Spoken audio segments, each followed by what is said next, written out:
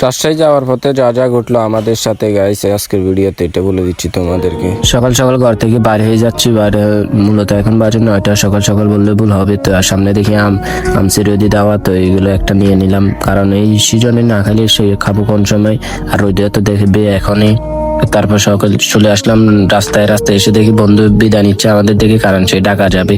তারপর আমরা 3 বন্ধু মিলে আসি আমাদের পোলের উপর। যদি এখানে আমাদের অনেক আড্ডা হতো এক সময়, এখন অনেক মানে বন্ধু বান্ধব নাই, তারা প্রবাসে চলে গেছে, তাই আগের মতো আড্ডা হয় না।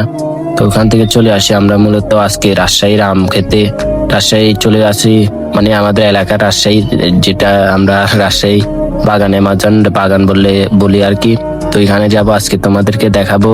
আর এসে দেখি একবার নিয়েছে আম ধরেছে, এটা তানজিৎ মানে চিটতে চাইছে, আমি চিটতে দেয় নাই, এখনো পাকে নাই। আর এদিকে গাছে লাল পিঁপড়ায় বাসা বেঁধেছে, মূলত লাঠি ফেলে চাচ্ছে আম পারতে। তো এখানে পিঁপড়া বাসা বরাবর পড়ে, আর পিঁপড়া যেভাবে বাড়িছে গাইছে ওগুলো দেখে তো ডরে ওখান থেকে চলে যাচ্ছি। আর রাজশাহীর আম বাগানে হাঁটতেছি চারিপাশের দিকে, আর সূর্যমামা আমার দিকে তাকিয়ে আছে রাগান্বিত চোখে, কারণ আজকে অনেক গরম পড়তেছে গাইস। দৌড়িয়ে চলে আসলাম মূলত রাজশাহীর মূল বাগানে। এটা হচ্ছে মূল বাগান, আমরা যাকে আমাদের এলাকায় অ্যামাজন বাগান বলি। এখানে যে দেখি কাঁঠালও একবার নিচু জায়গায় ধরেছে। তারপর হাঁটতে হাঁটতে গাছের উপর উঠে যাচ্ছি। এটা কখনো সম্ভব না, যদিও আমি পারি, তোমরা পারবা না। তারপর ওইখান থেকে বিদায় নিয়ে নিচ্ছি। মূলত এটা হচ্ছে যে আমি এখন আছি ইন্ডিয়া, আর এটা হচ্ছে যে নোয়াখালী।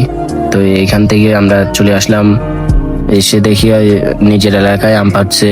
আমগুলো গাছ দিয়ে উঠে একবারে মানে একদম ইনটেক, মানে সেটাকে আমি নিচে পড়তে জন্য সে আমার হাতে কাজ দিয়ে দিয়েছে। তারপর সব মিলিয়ে আমরা আম পেলাম এতটুকুই। তো সবাই মিলে কাটে খাচ্ছি আর কি গাইস। তো আমগুলো আসলে অনেক মিঠা, কয়েকটাতে পোকা পড়ছে, আর বেশিরভাগই ইনটেক ভালো। একবারে আমি শুষে খেয়ে ফেলতেছি, মানে আমি অত বেশি শুষি না। তানজিৎ দেখেন কি করেছে, একবার সাদা বানায় ফেলছে।